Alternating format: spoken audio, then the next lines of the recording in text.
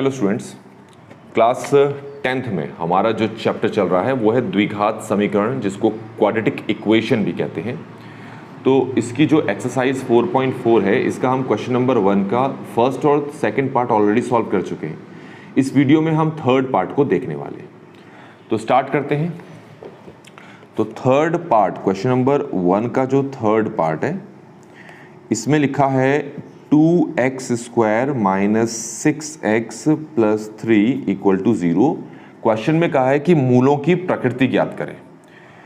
तो मूलों की प्रकृति क्या निकालने के लिए कहा है? मूलों की प्रकृति। तो मूलों की प्रकृति का मतलब हो गया इंग्लिश में नेचर ऑफ द रूट्स। अब इसका क्या मतलब है? जब भी आपसे मूलों की प्रकृति या नेचर ऑफ द रूट्स निकालने के लिए कहा जाए तो इसका मतलब वो आपसे कह रहे हैं कि आप डी निकालो। क्या निकालो? डी। डी को इंग्लिश में कहते हैं डिस्क्रिमिनेंट और हिंदी में कहते हैं विविक्तर। ठीक है, क्या बोलते हैं इसको? विविक्तर, हिंदी में विविक्तर। तो इसका फॉर्मूला होता है b² माइनस 4ac। तो आपको क्या करना है, इस क्वेश्चन के लिए फॉर्मूला लगाना है और सॉल्व करना है। अब फॉर्मूला लगाने और सॉल्व करने का जो तरीका है वो क्या है, जरा ध्यान से सुने। सबसे पहले आप क्या करेंगे, जो द्विघात समीकरण है उसका मानक रूप लिखेंगे, जो कि है ax² plus bx plus c equal to 0। पहला काम आपका यही होगा। इंग्लिश में इसको स्टैंडर्ड फॉर्म कहते हैं, क्वाड्रेटिक इक्वेशन का स्टैंडर्ड फॉर्म। अब ये लिख लिया। अब इस क्वाड्रेटिक इक्वेशन, इस द्विघात समीकरणों को इससे कंपेयर करो। कंपेयर करने का मतलब देखो, x² के साथ क्या है? a, और यहां पर x² के साथ क्या है? 2। तो इसका मतलब है a किसके बराबर है? 2 के। यहां पर x के साथ कौन है? b, और यहां पर x के साथ कौन है? -6। तो b किसके बराबर हो गया? -6 के। यहां पर अकेला कौन है? c। यहां पर अकेला कौन है? +3। तो c किसके बराबर हो गया? 3 के बराबर हो गया। ये तीन चीज समझ में आ गई होंगी। तो अब विविक्तर या फिर डिस्क्रिमिनेंट का फॉर्मूला लगाएंगे, जो कि होता है b² माइनस 4ac। तो d की जगह तो d लिखा, इक्वल टू की जगह इक्वल टू लिखा। इस b की जगह लिखेंगे -6 का स्क्वायर। साथ में ये माइनस है, ये 4 है, फिर यहां पर है बीच में मल्टीप्लाई का साइन, फिर a है। a की जगह क्या लिखना है? 2। फिर यहां क्या है? मल्टीप्लाई, और c की जगह क्या लिखना है? 3। ये समझ में आ गया होगा। अब इसको कैसे सॉल्व करें? देखो, माइनस का स्क्वायर तो होता है प्लस, ये तो पहले ही याद रख लो। अब 6 का स्क्वायर, 6 का स्क्वायर का मतलब है 6 × 6, जो कि कितना होता है? 36। तो ये आंसर आ गया हमारे पास 36। माइनस 4 को 2 से मल्टीप्लाई किया तो आया 8, फिर 8 को 3 से मल्टीप्लाई किया तो आ गया 24। ठीक हो गया इतना। अब इन दोनों को क्या करना है? हमने माइनस करना है। तो माइनस करने से आंसर आएगा 12। ठीक हो गया। तो ये हमारे पास डी आ गया। अब डी आंसर कैसा आया? क्या प्लस में आया, माइनस में आया, या 0 आया? ये आंसर हमारे पास आया प्लस में। डी कैसा आ गया आंसर? प्लस में। तो जब भी डी प्लस में आता है तो इसका मतलब हमारे पास क्या होता है? इसके मतलब होता है कि आपके जो मूल हैं वो भिन्न है और वास्तविक है। तो यहां से आपके दो भिन्न वास्तविक मूल निकलेंगे। ठीक हो गया। क्या निकलेंगे? दो भिन्न वास्तविक मूल। और इंग्लिश में क्या कहते हैं? रियल। क्या लिखेंगे? Real and distinct roots. ठीक है। तो ये जो चीज मैंने लिखी है ना, इसी को कहते हैं मूलों की प्रकृति, नेचर ऑफ द रूट्स। और क्वेश्चन में कहा था कि जैसे ही मूलों की प्रकृति आप ज्ञात कर लें, ज्ञात करने के बाद उन मूलों को भी ज्ञात करें। तो मैं आपको बता चुका हूं, जब d आपका 0 हो और d आपका पॉजिटिव हो, आप तभी मूलों को ज्ञात करें।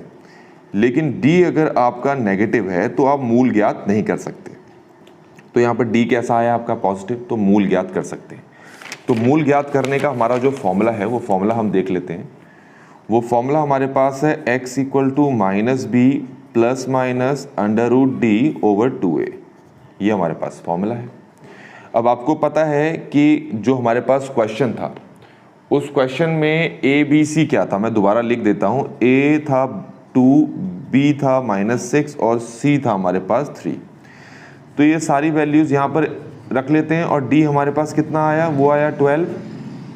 पुट करो, x की जगह x, माइनस की जगह माइनस, b की जगह देखो क्या है b -6, तो इसकी जगह रख देते हैं -6 plus minus square root, d की जगह क्या लिखेंगे 12 लिखेंगे ओवर 2a। तो 2a का मतलब है 2 मल्टीप्लाई a का मान कितना है 2 है। अब आप ये देखें, ये माइनस माइनस जो ऐसे लिखा हुआ है इसका मतलब क्या है प्लस, माइनस माइनस तो प्लस हो गया, तो प्लस के साथ क्या आएगा 6 प्लस माइनस ये क्या है √12 ओवर 2 को 2 से मल्टीप्लाई कर लो तो ये कितना आ गया 4। अब जिनको आगे सॉल्व करने में दिक्कत है वो तो यहाँ तक स्टॉप हो सकते हैं, बाकी जिनको आगे सॉल्व करना आता है वो इसके आगे भी बढ़ सकते हैं। कैसे बढ़ सकते हैं, देखो जो √12 होता है ना, आप इसको लिख सकते हो 2 मल्टीप्लाई 3, ये चीज़ ध्यान में रखें। 12 को ऐसे लिख सकते हैं। अब 2 मल्टीप्लाई 2, अगर रूट के अंदर 2 कोई नंबर 2 बार लिखा होता है तो उसको वहाँ से हटा देते हैं और एक बार उसको बाहर लिख लेते हैं। तो ये आ गया हमारे पास √12 का मतलब क्या हो गया 2√3। तो इसकी जगह हम क्या लिख सकते हैं x = 6 प्लस माइनस 2√3 ओवर 4। ये समझ में आ गया होगा आपको। अब यहाँ से देखो ये 6 है, ये 2 है, 6 को मैं लिख सकता हूँ 2 मल्टीप्लाई 3 प्लस माइनस 2√3 ओवर 4। अब देखो मैं 2 कॉमन निकाल लेता हूँ, तो 2 कॉमन अगर मैं निकाल ले रहा हूँ तो अंदर क्या बचा, यहाँ से बचा 3 प्लस माइनस ये बचा √3 और नीचे हमारे पास क्या है 4। अब ये कटेगा तो 2 2 जा हो गया 4। तो x की वैल्यू हमारे पास कितनी आ गई, ये आ गई 3 प्लस माइनस √3 ओवर 2। यहाँ तक समझ में आ गया होगा आपको।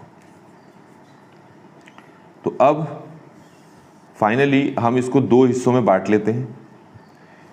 एक हिस्सा तो होगा x = 3 plus √3 over 2, 3 plus √3 over 2 ये अलग कर दिया, और 3 माइनस √3 ओवर 2 इसको अलग कर दो, 3 माइनस √3 ओवर 2 इसको अलग कर दिया। तो इस तरीके से हमने x की 2 वैल्यूज़ निकाल ली। इन दोनों वैल्यूज़ को क्या बोलते हैं रूट्स, और हिंदी में क्या बोलते हैं मूल। तो क्वेश्चन में कहा था अगर मूल निकल सकते हैं, उसके अस्तित्व हैं तो उसको निकालो। तो इस तरीके से बच्चों हमने ये क्वेश्चन नंबर फर्स्ट का एक्सरसाइज 4.4 के क्वेश्चन नंबर फर्स्ट का थर्ड पार्ट कंप्लीटली सॉल्व कर लिया। आई होप कि आपको ये सोल्यूशन समझ में आया होगा। Thanks for watching.